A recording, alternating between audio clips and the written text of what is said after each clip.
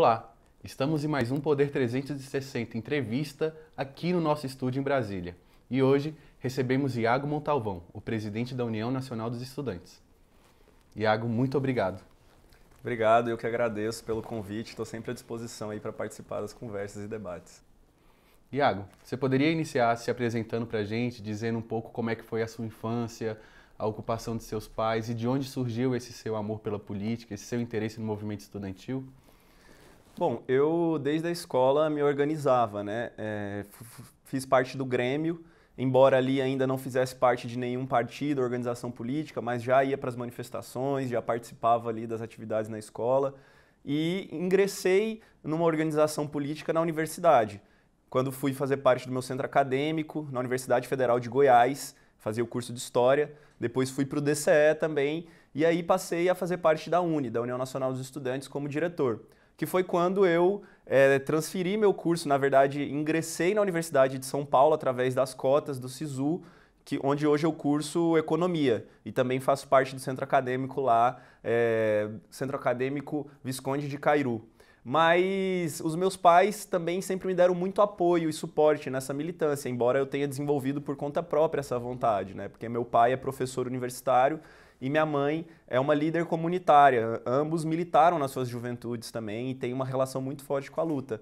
Mas eu acho que eu desenvolvi por conta própria esse interesse e sempre tive muita indignação com as coisas que acontecem de maneira equivocada na nossa sociedade. E sempre tive muita curiosidade e disposição de lutar para que essas coisas mudem, né? Para que nós possamos ter uma sociedade mais justa. E assim eu fui me encontrando na organização estudantil como uma forma de poder expressar essa minha indignação e atuar de uma certa maneira para uma sociedade mais justa. Você está com quantos anos, Iago? Tenho 26 anos. E você está certo de que esse é o rumo que você quer tomar para sua vida?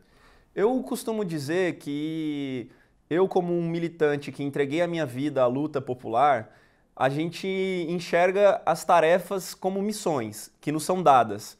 Inclusive, a presidência da UNE, para mim, nunca foi uma pretensão, mas sim um caminho que chegou, que eu cheguei a percorrer como uma tarefa coletiva que me foi dada. E no que houver, no que me for dado, eu vou assumir essas tarefas com responsabilidade e disposição sempre.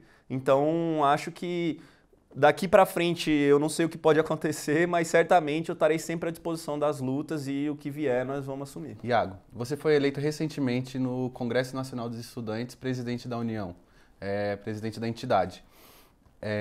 Quais os desafios que você vê pela frente com esse governo Bolsonaro? E a gente percebe que os únicos protestos que realmente foram grandes no país foram os protestos da educação.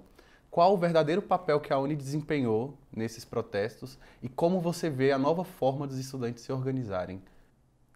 Bom, a gente disse muito nesse congresso que ele foi um congresso histórico do movimento estudantil, né? Não só pelo fato do momento político que a gente vive, mas justamente por isso que você disse também, que os estudantes têm sido protagonistas na luta contra as medidas do governo Bolsonaro, né?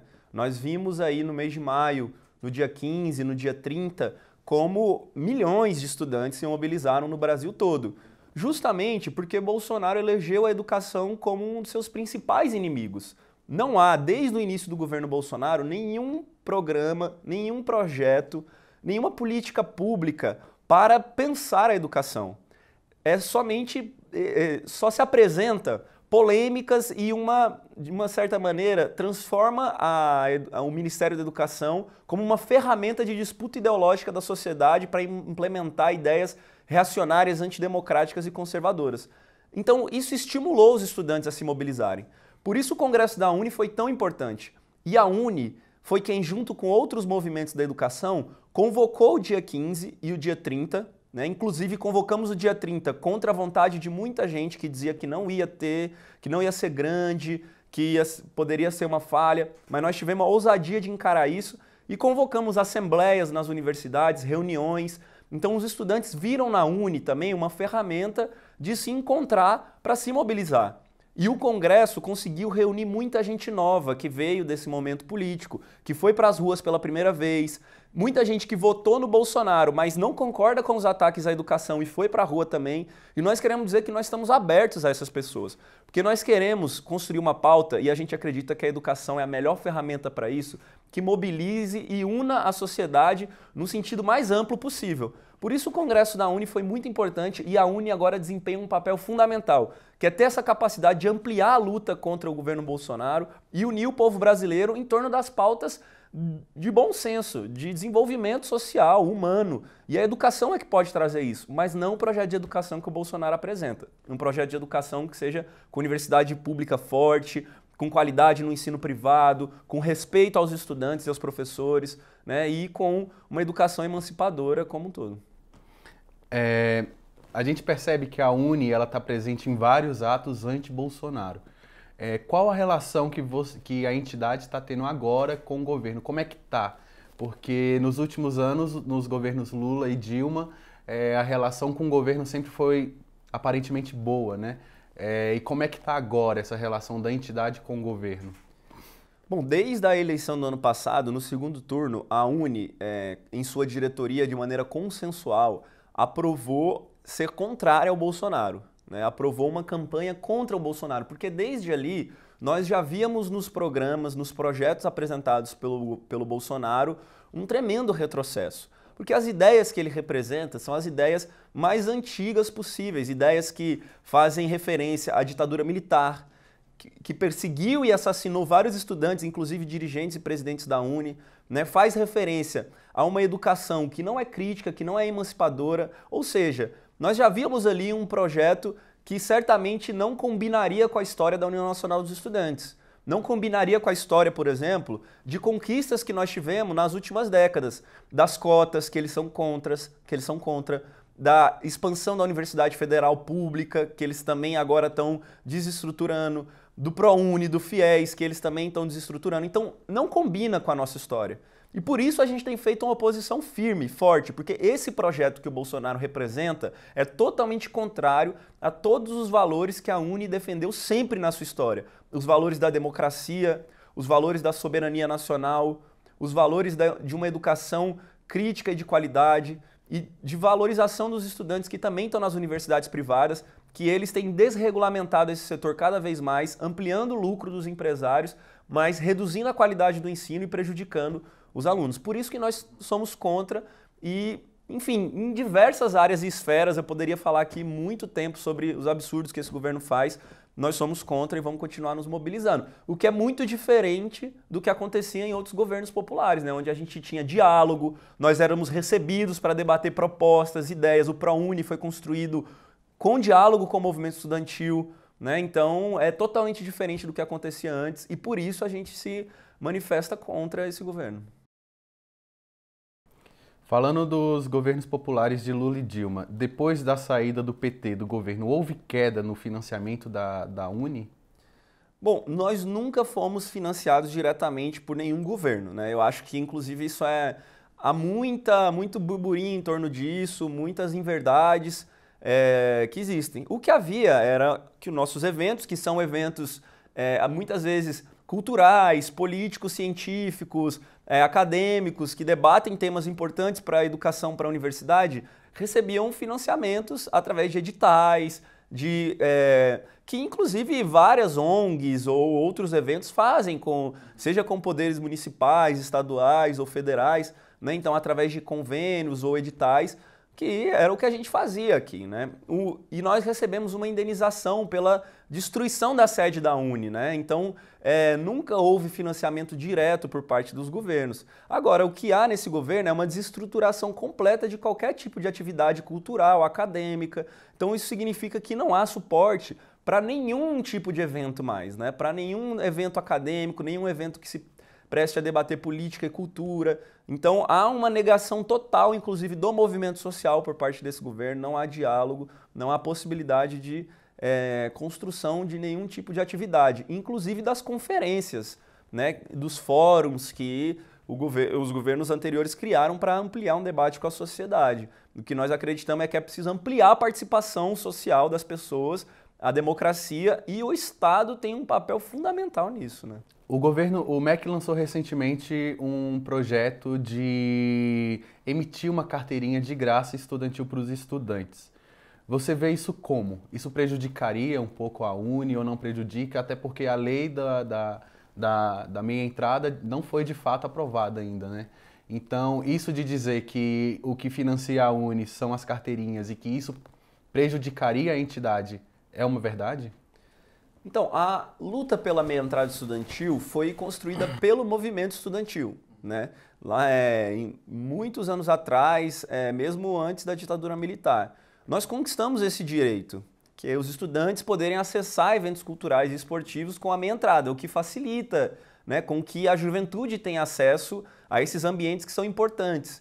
Mas em 2001, o governo Fernando Henrique Cardoso emitiu uma medida provisória que simplesmente destruiu a meia entrada estudantil, que sempre foi uma forma de financiamento do movimento, né? Nós criamos isso como uma forma de garantir direitos à juventude, mas também de financiar as entidades e a rede do movimento estudantil.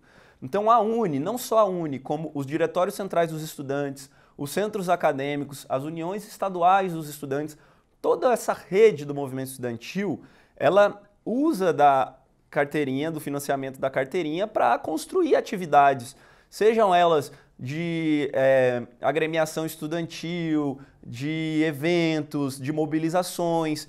Então isso é importante para a existência democrática do movimento estudantil, né? Então o que o MEC tenta fazer é sufocar o movimento estudantil, muito embora eles tentem fazer isso de uma forma até ilegal, porque o ministro da Educação, por exemplo, demitiu o presidente da INEP anterior porque ele não queria disponibilizar os dados dos estudantes para fazer essa carteirinha. Só que são dados pessoais, isso não se pode fazer, né? Então ele quer dar um golpe no movimento estudantil, retirando o financiamento, mas para isso ele teria que mudar a legislação, teria que fazer uma série de movimentos que nós estamos atentos a isso, porque sabemos que eles querem destruir a Uni de qualquer maneira, se não conseguir diretamente, vão retirar o financiamento, vão tentar nos colocar na clandestinidade, mas nem os generais da ditadura militar conseguiram destruir a Uni.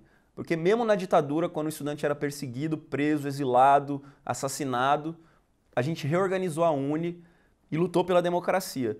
Então, certamente não vai ser esse governo que vai conseguir desestruturar a nossa entidade. Então, nós vamos continuar na luta, mas sempre em alerta a essa tentativa de ataque ao movimento estudantil. Você falou de ataque ao movimento estudantil. O que, de fato, vocês fariam para contra-atacar o governo e resistir como entidade? Eu acho que hoje a melhor ferramenta que nós temos, na verdade, as duas melhores ferramentas que nós temos, primeiro, a mobilização social. O mês de maio foi um golpe duro no governo, né? O governo sentiu a pressão das ruas naquele momento. E nós temos plena convicção que não fosse aquelas grandes mobilizações, eles estariam avançando muito mais nas suas políticas destrutivas, especialmente na educação.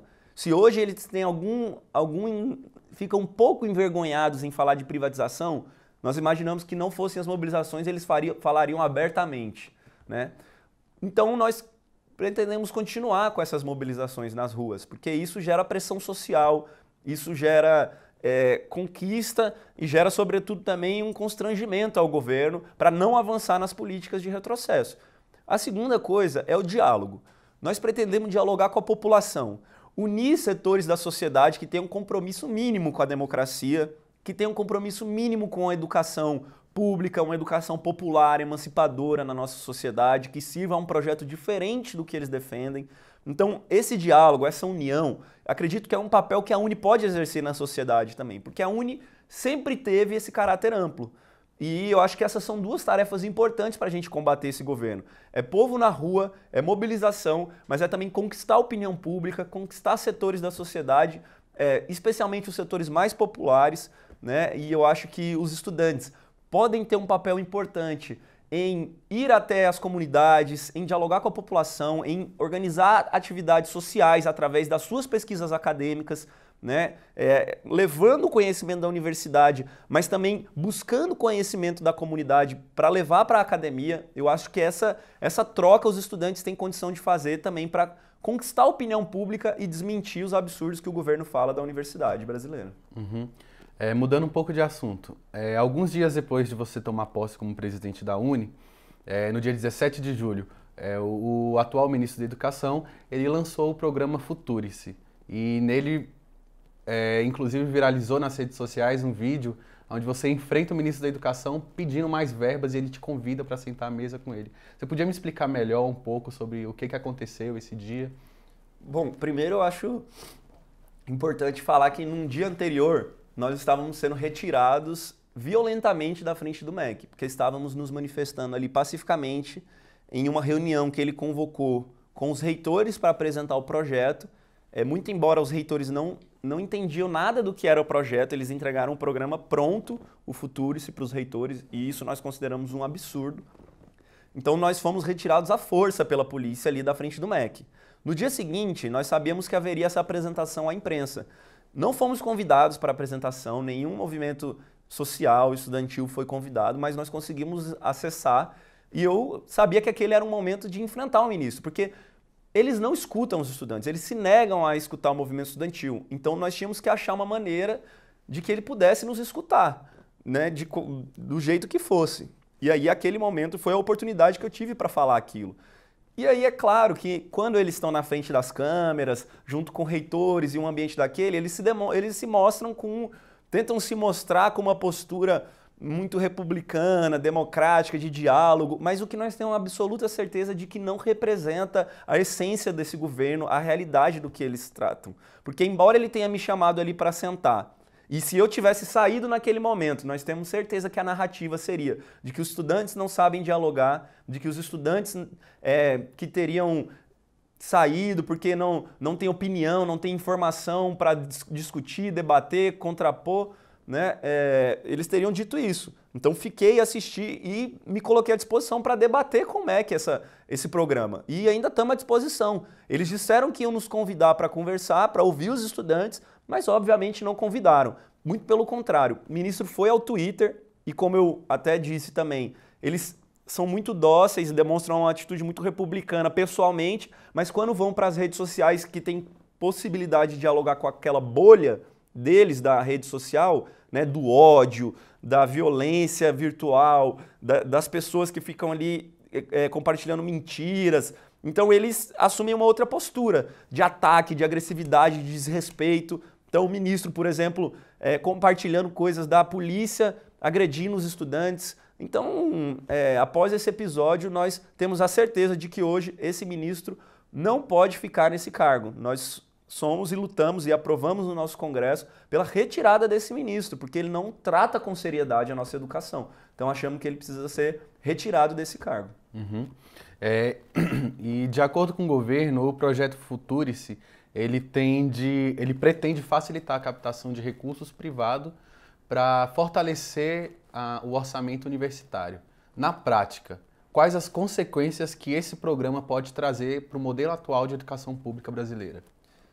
Bom, esse projeto que o MEC apresenta é, na nossa opinião, uma tentativa de confundir a sociedade nesse momento político em que há retrocessos na educação.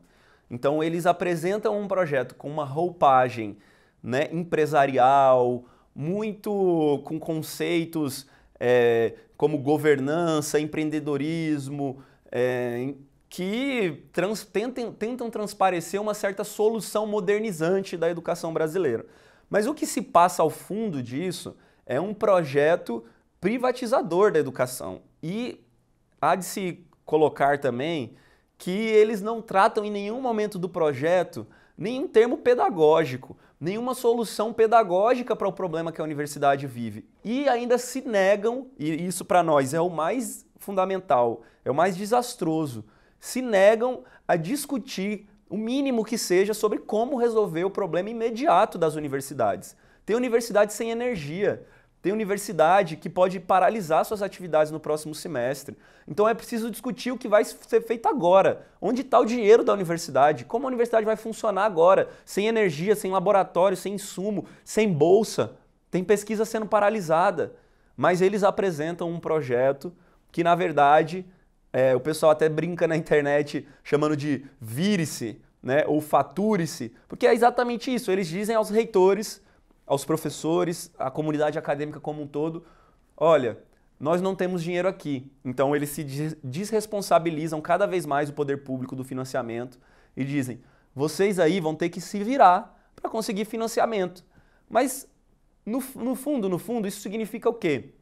Entregar à iniciativa privada as nossas pesquisas, né? Todo o plano sobre o ensino, pesquisa e extensão na mão de quem financia. Porque quem paga a banda escolhe a música, e isso é óbvio para a sociedade como um todo. E nenhum empresário investe na educação se não quer um retorno. Então eles vão investir nas pesquisas esperando que eles possam ter as patentes, esperando que as pesquisas produzidas possam servir a um determinado nicho de mercado que é do interesse deles. E ainda há o absurdo de colocar organizações sociais, né, que são empresas, e não são empresas públicas como a EBSER, que eles tentam comparar, que não vai ter licitação, não vai ter chamada pública para essas empresas, para irem lá gerir diversos programas, inclusive questões de serviços fim da universidade, como contratação de professores sem concurso público. Isso para nós é um absurdo. É acabar com a autonomia universitária, é aos poucos ir privatizando, terceirizando a universidade brasileira. Isso nós não podemos aceitar.